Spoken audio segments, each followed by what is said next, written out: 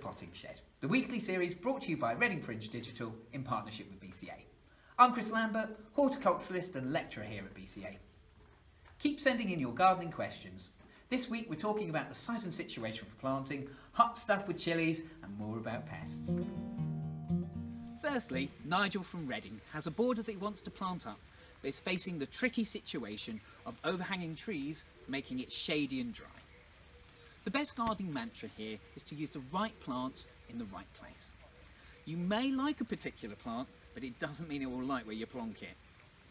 The first thing to do before planting in this site and situation is to add plenty of organic matter to the soil, such as well-rotted manure and compost. This will help the soil to improve its water holding capacity and add some nutrients to what may be a slightly poorer soil. The types of trees nearby will affect the soil in different ways, with conifers being the worst for drying out the soils and raising the acidity of the soil due to their fallen needles.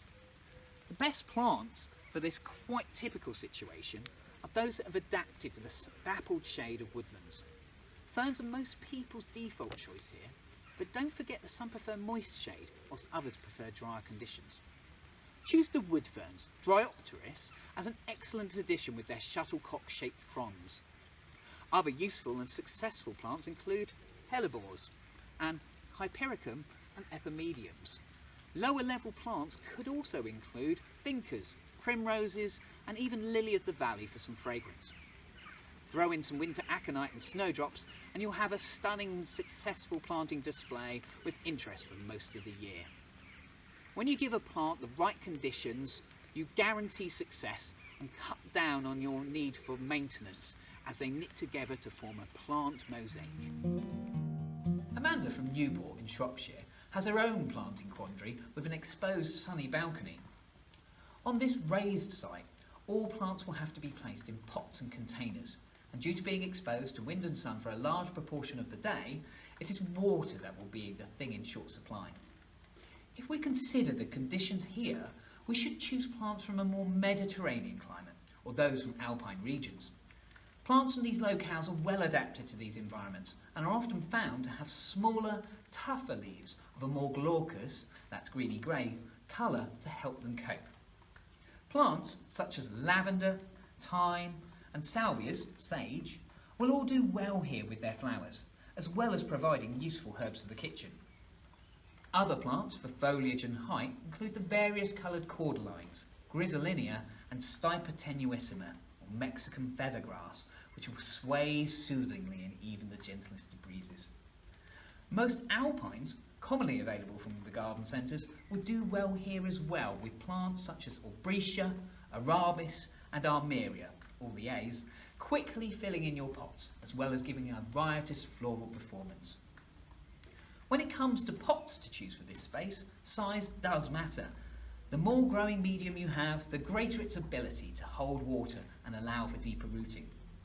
Pots and containers can be practically anything, from an old wooden packing crate to a brushed steel trough, but you will have to consider its weight. So avoid solid stone or terracotta pots if possible, and make use of those plastic forms that give the impression of being made from natural materials. Nobody will know from afar. Place larger containers nearer the wall of your building for load-bearing capacity, and smaller ones near the front. This also helps with the visuals for those looking up, but don't forget to leave space to actually sit in amongst this containerised carnage. Avoid the use of heavier soil-based composts and opt for a standard multi-purpose type to fill your pots. It will help to add water-retentive granules such as swell gel to keep the compost damp. And don't go nuts with this, as once wet it really does expand. For some of these more permanent planting displays, it is also a good idea to throw in some slow-release fertiliser as the plants use up the nutrient supplies in the compost provided. We briefly mentioned lavender, and Bethan from Wokingham has sent in a picture of a rather sad plant that she uncovered whilst finally carrying out some pandemic pruning. She would like to know how to save this survivor of a zombie apocalypse, her words, and give this weary patient a chance at life again. Now, most advice states never to cut lavender back too hard, but we can see here from her photo that there is some new growth much lower down the plant, and as such it would be safe to cut back to this. Like someone doing the Joe Wicks workout through lockdown, this will help the plant to slowly recover its shape and vigour. It would be best to wait until the flowers have gone over until you prune, but if the state of this plant offends your eyes, then carefully prune now. The soil conditions also look quite poor here, so even though lavender doesn't like a rich soil, it may be an idea to put a small amount of compost around its base and gently incorporate it into the soil to aid its recovery.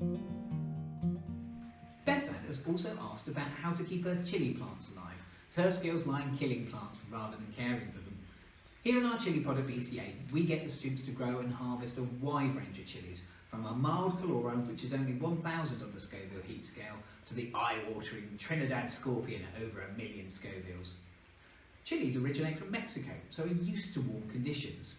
If you're lucky to have a plant, they can now be put outside in a nice sunny spot, preferably with their back to a south-facing wall, which will radiate its absorbed heat back to the plant as temperatures fall in the evening. You will need to keep potting your chilli plant into increasingly larger pots as it grows. You'll know it's time to evict it when you see the roots poking out of the drainage holes. Multi-purpose compost is again fine as a growing medium, and feeding should be done when you see the first flowers forming and fortnightly from then. A member of the Solanaceae family, chillies are related to tomatoes, aubergines, that's eggplants to our American friends, potatoes and even deadly nightshade. As such, a good tomato feed or liquid seaweed is great for boosting their growth. Unlike here, where we let our chillies grow to a larger size, most chilli plants benefit from their top growing tips being pinched out once they reach around 30 centimetres high. This makes them bush out and can even help them to grow fewer but better fruits. Don't ever let your chillies sit in a damp compost, which they hate. Instead, water once the compost has almost dried out. The leaves on your plant will tell you they need water when they go limp and flaccid. Yellowing of the leaves is quite often an indicator of too much water or a lack of nutrients. Now, many people ask if they can overwinter their chillies to make it last more than one season. You can, but it depends on the conditions indoors, as these plants will struggle with the low light levels and temperatures if you're mean like me with the thermostat. Best save the seed from the fruits, and if you sow in January on a windowsill, you'll get loads of plants for the summer.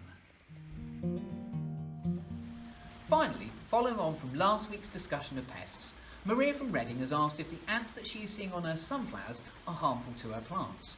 Now, ants rarely do damage to plants, as they tend to feed on other insects and sugary snacks. They can be a nuisance when they make nests around the garden, where they disturb the roots and even bury smaller plants. The most likely reason that you are seeing ants here is because you may have aphids appearing near the growing tips and buds. As the plant photosynthesizes, it produces sugars that it uses as fuel for all its processes of growth and development. Aphids tap into this sugar solution as it flows around the plant, and as the saying goes, what goes in must come out. The aphids proceed to secrete a sugary substance called honeydew from their rear ends, otherwise known as aphid poop, which is frankly irresistible to ants. Ants have even been known to farm aphids as they gently stroke the aphids with their antennae to help encourage the process. A natural laxative, if you will. This is an example of mutualism, as in return for food, the ants help to see off other insects that would prey on the aphids. But remember, although where you get aphids, you will often get ants, just because you see ants, it doesn't mean there are aphids. So it's best to check if aphids are present, and if they are, tackle the problem by squishing them by hand or applying a light spray of warm soapy water. If it is just ants, then probably best to leave them be, as often they can help to see off other insect pests elsewhere in your garden. That's it for this week. Thanks ever so much to everyone who's written in. If you have a question for me, email it to chrislambertgardening@gmail.com. Remember to check the Potting Shed page on the Reading Fringe Festival website for all details, as well as a chance to see me on Catch Up. Thanks, and I look forward to seeing you back here next time.